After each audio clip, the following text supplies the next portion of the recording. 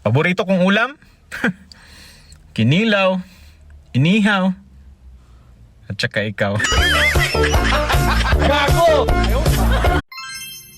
Kaya pala kumakabog ang puso ko.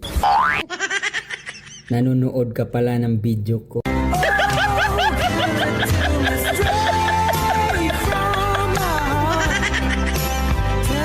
Ang hirap pala kapag lasinggero ang mga kapitbahay mo. Bibili ka lang ng asin, uuwi kang lasing.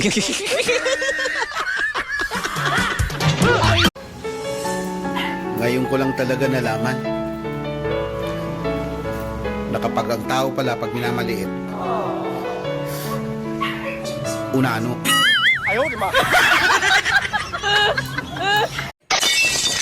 Pag ako nag-asawa, tapos uutusan ako maglaba,